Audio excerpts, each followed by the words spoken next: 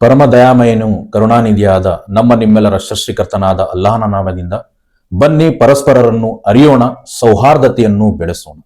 10ನೇ ಸಾರ್ವಜನಿಕ ವಾರ್ಷಿಕ ಕುರಾನ್ ಪ್ರವಚನವು ಡಿಸೆಂಬರ್ 13, 14, 15 ಶನಿವಾರ, ರವಿವಾರ ಮತ್ತು ಸೋಮವಾರ ಸಭಾಭವನ ಥೇರ್ ಮೈದಾನದಲ್ಲಿ ಡಿಸೆಂಬರ್ 2025 ಸಂಜೆ 6:30 ರಿಂದ 8:30 ಈ ಕುರಾನ್ ಪ್ರವಚನ ನಡೆಯಲಿದೆ.